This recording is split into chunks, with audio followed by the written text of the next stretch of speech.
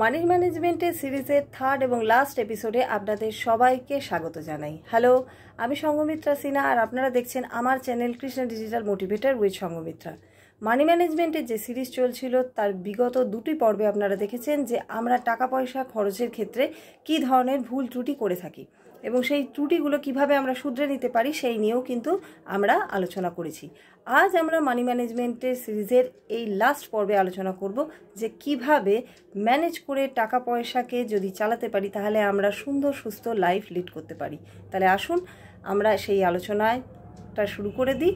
আর আপনাদের কাছে একটা রিকোয়েস্ট, যে যদি এখনও পর্যন্ত আমার চ্যানেলকে সাবস্ক্রাইব না করে থাকেন তাহলে অবশ্যই সাবস্ক্রাইব বাটনটি প্রেস করে নেবেন আর বেল নোটিফিকেশানটি অন করে নেবেন, যাতে নতুন নতুন যখনই ভিডিও আসবে সেটা আপনাদের কাছে পৌঁছে যাবে। চলুন আলোচনা তাহলে শুরু করা যাক। মানি ম্যানেজমেন্টের ক্ষেত্রে ফার্স্ট রুল হচ্ছে কি প্ল্যানিং। সব বিষয়ে কিন্তু প্ল্যানিং করে চলাটা উচিত। প্ল্যান না থাকলে আমাদের কিন্তু কোনো কাজই সাকসেসফুল হয় না বা আমরা করতেও পারি না। Sorry for that. প্ল্যান করে চলতে হবে কিভাবে আমরা টাকা পয়সা খরচা করব, কিভাবে আমরা টাকা পয়সা সঞ্চয় করব, সব ক্ষেত্রেই কিন্তু প্ল্যানিং। সব জায়গাতেই প্ল্যান করে চলতে পারলে কিন্তু আমরা দেখব যে আমরা যে টাকা রোজগার করছি সেটা কিন্তু সঠিকভাবে আমরা প্রয়োগ করতে পারছি, আমাদের সেভও হচ্ছে অ্যাজ ওয়েল অ্যাজ আমাদের ঠিকঠাক ইনভেস্টও হচ্ছে এবং আমরা সুন্দরভাবে লাইফ লিড করতে পারছি।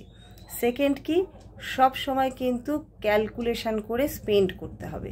মানে সব সময় কিন্তু জানতে হবে যে কোন জিনিসটা আমার দরকার, যেটা দরকারি জিনিস সেই ক্ষেত্রেই কিন্তু আমি টাকা খরচা করব। অদরকারি জিনিস বা ঝোঁকবশত দেখে খুব পছন্দ হয়েছে সেই সব জিনিস কিনে কেটে অযথা টাকা নষ্ট করা মানে নিজেরই টাকাকে নষ্ট করে দেওয়া। তাই অবশ্যই বুঝতে হবে যে কোথায় টাকা খরচা করা উচিত আর কোথায় টাকা খরচা করা উচিত নয়। তাই মার্কেটিংয়ের ক্ষেত্রে অবশ্যই কিন্তু লিস্ট করে নিয়ে মার্কেট করতে যাবেন, তাতে কিন্তু আপনার টাকা সময় দুটোই সেভ হবে এবং আপনি অদরকারের জিনিস কিনবেন না, দরকারি জিনিসপত্র নিয়েই আপনি বাড়িতে ফিরতে পারবেন। তাই সব সময় টাকা খরচার আগে বুঝে নিন যে কেন স্পেন্ড করছেন, কী জন্য স্পেন্ড করছেন, আদৌ এটা আপনার খরচায় আর কি আপনি সেটা ক্যারি করতে পারবেন কিনা বা আদৌ এটা আপনার দরকার আছে কিনা। এমনও হতে পারে আপনি কিনলেন অথচ জিনিসটা বাড়িতে পড়েই রইল, আপনি আর ব্যবহার করলেন না। সেরকম জিনিস কিনে অযথা নিজের টাকা নষ্ট করবেন না। আর থার্ড কি, যেমন আপনি রোজগার করছেন ঠিক সেভাবেই কিন্তু ইনভেস্টও ঠিকঠাক করা উচিত। কিভাবে ঠিকঠাক ইনভেস্ট করা উচিত? আমাদের চারপাশে কিন্তু অনেক এমন ইনভেস্টার বা ইনভেস্টমেন্টের অ্যাডভার্টাইজ থাকে যেখানে কিন্তু বলা হয় যে খুব কম সময়ের মধ্যেই আপনি আপনার টাকা ইনভেস্ট করুন এবং একটা হিউজ অ্যামাউন্টের ইন্টারেস্ট সহ আপনি আপনার টাকা ফেরত পাবেন। এই ধরনের প্রলোভনে বা ফাঁদে পা দেবেন না, কারণ এরকম হয় না, এটা পসিবলও নয়।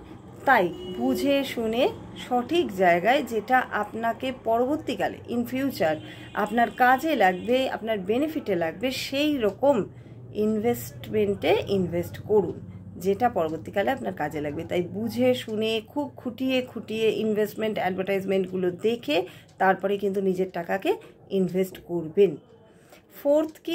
ফোর্থ হচ্ছে সব সময় কিন্তু আমাদের যে বেসিক নিডসগুলো আছে সেগুলোকে ফুলফিল করার ক্ষেত্রে আমাদের একটা ঝোঁক থাকা দরকার। সেগুলো কিন্তু আমাদের সবচেয়ে বেশি উপকারী, সেগুলো কিন্তু কখনোই অপকারী জিনিস নয়। যেমন বাড়ি তৈরি করা, এটা খুব দরকার। মাথার ছাদ, এটা কিন্তু খুব দরকারি জিনিস এবং এইটা তৈরি করার ক্ষেত্রে যদি লোন করতে হয় সেক্ষেত্রে কিন্তু এই লোনের ক্ষেত্রে কিন্তু কোনো অসুবিধা নেই, কারণ এই বাড়ি পরবর্তীকালে আপনাকে অনেক বেশি বেনিফিট দেবে। আপনি দরকার পড়লে আপনার বাড়িতে ভাড়া বসেও কিন্তু সেখান থেকে আপনার লোনের ইন্টারেস্টের টাকাটা তুলতে পারবেন এবং এটা আপনার অ্যাসেট হিসাবে থাকবে, এটা আপনার লাইবিলিটিস হিসাবে থাকবে না। তাই বেসিক নিডসগুলো ফুলফিল করার ক্ষেত্রে টাকা ইনভেস্ট করুন, তাতে কোনো অসুবিধা নেই। আর অ্যাসেট ফিফথ যেটা, সেটাই বলবো। ফিফথ যে রুলটা হচ্ছে সেটা হচ্ছে যে কোনটা অ্যাসেট আর কোনটা লাইবিলিটিস তার মধ্যে কিন্তু পার্থক্য করতে শিখুন, ভেদাভেদ করতে শিখুন। কারণ অ্যাসেট আপনাকে সবসময় বেনিফিট দেবে আর লাইবিলিটিস কিন্তু কোনো বেনিফিট দেবে না। প্রথম মনে হয় একটা ঝাঁ চকচকে সুন্দর গাড়ি কিনলেন কিংবা একটা ভালো দামি মোবাইল কিনলেন, যত দিন যাবে যেদিন থেকে ব্যবহার করছেন ঠিক তার পরের দিন থেকেই সেদিন থেকেই কিন্তু তার দাম কমতে শুরু করলো। 5 বছর বাদে কিন্তু সেই গাড়িটার কিংবা সেই মোবাইল ফোনের কিন্তু আর যে দামে আপনি কিনেছিলেন সেই দাম আর থাকবে না। ফলে সেটা কিন্তু আমাদের লাইবিলিটিস আর যেগুলো অ্যাসেট সেগুলো দিনে দিনে তার টাকা বৃদ্ধি হয়। যেমন আপনি একটা বাড়ি করলেন, সেই বাড়িটাকে যদি ভাড়াতে দেন তাহলে কিন্তু সেই বাড়ি আপনাকে কি করবে, আপনাকে যে ইন্টারেস্ট পে করতে হচ্ছে লোন করে যদি করে থাকেন তাহলে সেটা কিন্তু আপনার বাড়ির ভাড়া থেকেই আপনি পেয়ে যাবেন। তাই অ্যাসেট আর লাইবিলিটিস বুঝে শুনে চলুন। সিক্সথ যেটা, সেটা হচ্ছে অ্যাডিকশানের জন্য কিন্তু টাকা নষ্ট করবেন না। অনেকের নানা রকম অ্যাডিকশান থাকে, স্মোকিং, এছাড়াও অন্যান্য ধরনের যে সমস্ত অ্যাডিকশানগুলো থাকে, ব্যাড অ্যাডিকশান যেগুলো আমরা বলে থাকি, সেই ধরনের অ্যাডিকশানগুলোর পেছনে কিন্তু প্লিজ আপনারা টাকা নষ্ট করবেন না। কারণ এই অ্যাডিকশানেরগুলোর জন্য কিন্তু আপনার টাকা জলের মতো খরচা হবে, আপনি অসুস্থও হয়ে পড়বেন, তার জন্য আপনার কিন্তু এক্সপেন্স বাড়বে পরবর্তীকালে। এখন আপনি হয়তো ভাবছেন যে আপনার তো কিছু অসুবিধা নেই, আমার ঠিক আছে, খালি স্মোকিং করে কিংবা আর কি যে ধরনের পানীয় থাকে সেগুলোর প্রতিও আসক্তি বাড়িয়ে বা অ্যাডিকশানের প্রতি আসক্তি বাড়িয়ে কিন্তু আমরা প্রচুর টাকা খরচা করি। যদি হিসাব করে দেখেন তাহলে বছরে কিন্তু আমরা লক্ষ লক্ষ টাকা এসবের পিছনে খরচা করে থাকি। এই খরচাগুলো, বাজে খরচাগুলোকে যদি বন্ধ করে দিই তাহলে আপনার শরীরও ভালো থাকবে, আপনার টাকাও বাঁচবে, সাশ্রয় হবে, আপনার টাকা আপনার কাছেই থাকবে। আর 7 যেটা থাকে সেটা হচ্ছে কি, যে আপনি প্ল্যান করে কিন্তু নিজের মাসকাবারি জিনিসপত্র কিনবেন, লিস্ট করে। সব থেকে বড় কথা, লিস্ট আউট করে নেওয়া। যদি আপনি লিস্টই না করে থাকেন যে আপনি কি কি জিনিসপত্র কিনছেন, তাহলে কিন্তু দেখবেন মার্কেট করতে যাওয়ার সময় আপনার অদরকারি অনেক জিনিস কেনা হয়ে গেছে, টাকাও অনেক বেশি খরচা হয়েছে, সময়টাও নষ্ট হয়ে গেছে। এমন অনেক জিনিস লিস্টে দেখা যায়, লিস্টের মধ্যে নেই অথচ কিনে নিয়েছি, অথচ সারা বছরে সেটা ব্যবহারই করলাম না, তাহলে সেটার টাকা তো জলে চলে গেল, আমার কোনো কাজে লাগলো না। তাই সবসময় লিস্ট করে নিয়ে বাজার দোকান করা উচিত বা শপিং করা উচিত। আর যেটা বলবো পরবর্তী যে টিপসটা, সেটা হচ্ছে কি, সব সময় কিন্তু মাথায় রাখা উচিত যে আপনার টাকা কোথায় যাচ্ছে, আপনি কিসে খরচা করছেন, সেটা কিন্তু সব সময় মাথায় রাখবেন। শুধু মাথায় রাখাই নয়, একটা খরচের খাতা তৈরি করে নেবেন, সেটা অত্যন্ত তুচ্ছ খরচও কিন্তু তার মধ্যে লিখে রাখবেন। সেটা একটা স্টেপলারের পিনও যদি কেনা হয়ে থাকে তাহলেও লিখে রাখবেন। আমি কিন্তু নিজে এটা অ্যাপ্লাই করে থাকি সব সময়। আমার কিন্তু মাসে যা কিছু খরচা হয় তার কিন্তু আমি একটা লিস্ট আউট করে রাখি, কবে কোন দিন কি খরচা হচ্ছে। এর ফলে কি সুবিধা হবে, আপনি দেখতে পারবেন যে আপনার কোথায় কোথায় কোন কোন খাতে টাকা খরচা হচ্ছে।